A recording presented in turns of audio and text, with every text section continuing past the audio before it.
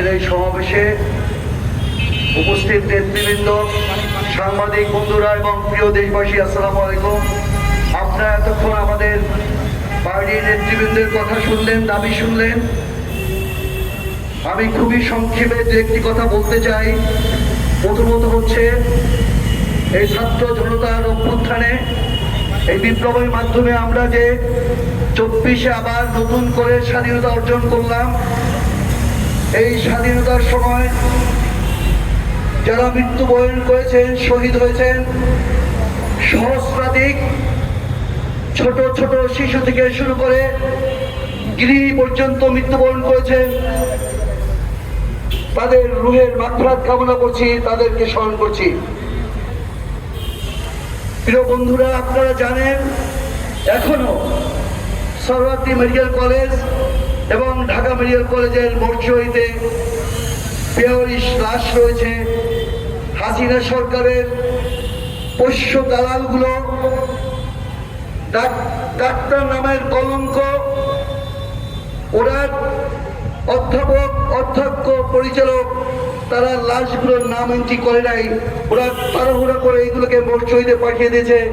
গতকাল গিয়েছিলাম রায়ের বাজার কবরস্থানে, সেখানে 100-এর মতো লাশ, এগুলো বেনামি লাশ। এদের বাবা মা হয়তো খুঁজছে তাদেরকে, কিন্তু তাদেরকে খুঁজে পাচ্ছে না। ওদের কি এই অপরাধ ছিল যে ওদের লাশটাও বাবা মা দেখতে পাবে না? ওরা কি এই জন্য রক্ত দিয়েছে যে ওদেরকে আইডেন্টিফাই করা যাবে না? আমরা যারা জীবিত আছি, আমরা যারা এই স্বাধীনতার সুফল ভোগ করবো, আমরা যারা এখন উন্মুক্ত মাঠে ঘুরছি, কথা বলছি, আমাদেরকে এই দায়িত্ব না যে ওদের এই পরিচয়হীন লাশগুলো ওদের বাবা মার কাছে পৌঁছে দেওয়া? আমি আমাদের যিনি উপদেষ্টা রয়েছেন, স্বাস্থ্য উপদেষ্টা নূরজাহান বেগম, তাকে অ্যাড্রেস করে বলছি, তাকে অনুরোধ জানাবো, আপনি অনতিবিলম্বে এই দায়িত্বটি পালন করে। খুবই ছোট্ট একটা দায়িত্ব, ওদের ছবি নিয়ে এগুলো প্রচার মাধ্যমে দেওয়া, এটা কোনো কঠিন কাজ না। এইটা যদি আমরা না করতে পারি, আমাদের এই স্বাধীনতার কোনো মূল্য নাই। ওদের যে অভিশাপ হবে, সেই জন্য আমাদের স্বাধীনতা আবার ধূলিসাৎ হয়ে যাবে। কাজে এই দায়িত্ব, সাংবাদিক বন্ধুরা, আপনাদেরকে অনুরোধ করছি, ঢাকা যে মেডিকেল কলেজ সেই মর্চুরিতে যান। সরওয়ার্দীর যিনি পরিচালক রয়েছেন, সেই শফিক সাহেব আমাদেরকে বলেছেন, আমরা এটা ফেসবুকে প্রচার করছি, কি ফেসবুকের প্রচার এনাফ না। এই জন্য আপনারা মিডিয়ায়, মাস মিডিয়ায় এটা প্রচার করেন, যাতে তাদের আত্মীয় স্বজন এসে তাদের লাশগুলো নিয়ে যেতে পারে। অন্যথায় এগুলো আবার গণকবরে চলে যাবে। প্রিয় বন্ধুরা, যারা হাসপাতালে ইনজোর্ড, 16, 17, 18 তারিখে আমি ঢাকা মেডিকেল কলেজের ওয়ার্ডে গিয়েছি, দেখেছি তাদেরকে। তারপর আমাদের হাসপাতালে কোনো ইঞ্জি ছিল না, আমাদেরকে ঢুকতে দেওয়া হয় নাই। আপনারা নিজেরা দেখেছেন যে এই যে ইঞ্জুরিগুলো গিয়েছে, আহতগুলো গিয়েছে, তাদেরকে হাসপাতালে হাসপাতালে ঘুরছে। সরকারিতে নেয় নাই, বেসরকারিতে বলা হয়েছে তোমরা তাদের চিকিৎসা করবে না। গুলিবিদ্ধ যুবক 5 দিন ধরে ঘুরতে ঘুরতে অ্যাম্বুলেন্সে মৃত্যুবরণ করতে, চিকিৎসা পায় নাই। অনেক হৃদয় বিদারক কাহিনী আছে, ঘটনা আছে, এগুলো আমাদের জানতে হবে।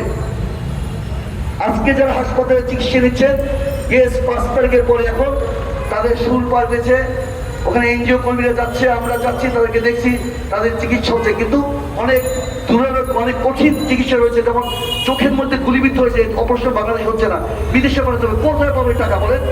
একজন রিক্সা কোথায় টাকা পাবে? এই সমস্ত মানুষের পাশে আমাদের দাঁড়াতে হবে, আমাদের নৈতিক দায়িত্ব, আমাদের কর্তব্য। রাজনীতিবিদ হিসেবে আমরা যাচ্ছি, সেখানে খোঁজ দিচ্ছি। স্বাধীনতার যে কথাটা বলা হলো, স্বাধীনতাটা কি? আপনার মোবাইল এখন আর কেউ চেক করে না। আপনি রাস্তায় যে কোনো জায়গায় হাঁটতে পারেন।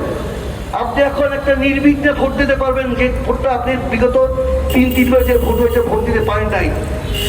আপনার যে চিন্তাটা, যে শেখ হাসিনার একটা স্বৈরশাসক ফ্যাসিস্ট, আপনি চিন্তাটা মাথায় আসার সাথে সাথে আপনি এটাকে ডিলেট করে দিতেন। চিন্তা আপনি লেপের নিচে শুয়ে আপনি এই চিন্তাটা করতেন না। আপনাদের সকলে যারাই আমরা আন্দোলনে ছিলাম, ভাই বোন, আত্মীয় স্বজন, সন্তান আমাদেরকে বলেছে মিছিলে যাওয়া অনেক হচ্ছে, এখন থামো। 5 তারিখে যখন আমরা শাহবাগে যাই, তখন পর্যন্ত আমরা সকাল 8টায় জানি না যে কি হতে যাচ্ছে। মৃত্যুর পরোয়ানা নিয়ে আমরা রাজপথে গিয়েছি। আপনি যদি মৃত্যুকে আলিঙ্গন করতে চান, তাহলে আপনি বিজয় হবে, তাহলে আপনার এই স্বাধীনতা আসবে। যারা এই স্বাধীনতা অর্জনে অগ্রণী ভূমিকা রেখেছেন, তাদেরকে সকলকে আমরা সাধুবাদ জানাই, সালাম জানাই।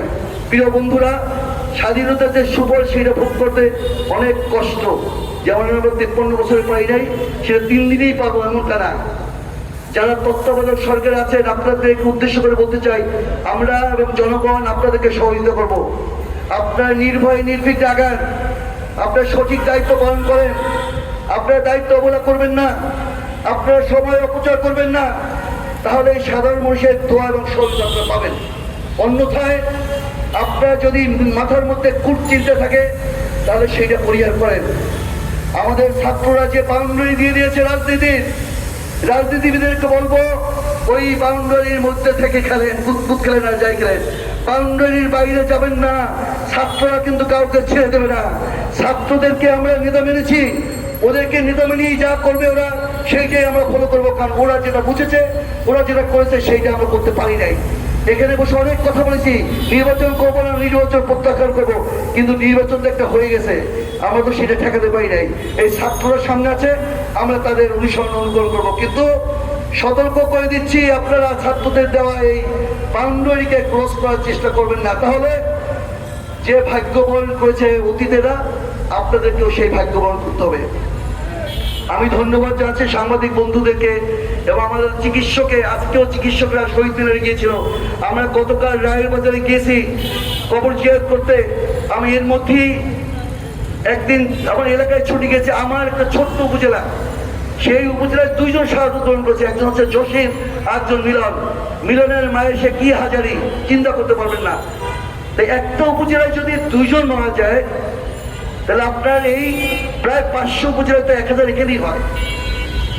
তারপর আরো অনেকটা যে নাম না জানা যেগুলো গণকবর দিয়েছে, যারা দাবি করে 300 350, এটা সাংবাদিক বন্ধুরা আপনাদেরও দায়িত্ব, আমাদেরও দায়িত্ব। দেশে একশোর ফিগার কত, সহস্রাধিক কত, সেটা সেই একশোর ফিগারটা আমাদের বের করা দরকার। আপনাদের সকলকে ধন্যবাদ জেনে আজকে আমি এখানে শেষ করছি। আসসালামু আলাইকুম, এভরিবডি জিন্দাবাদ, বাংলাদেশ জিন্দাবাদ, বিপ্লব দীর্ঘজীবী হোক।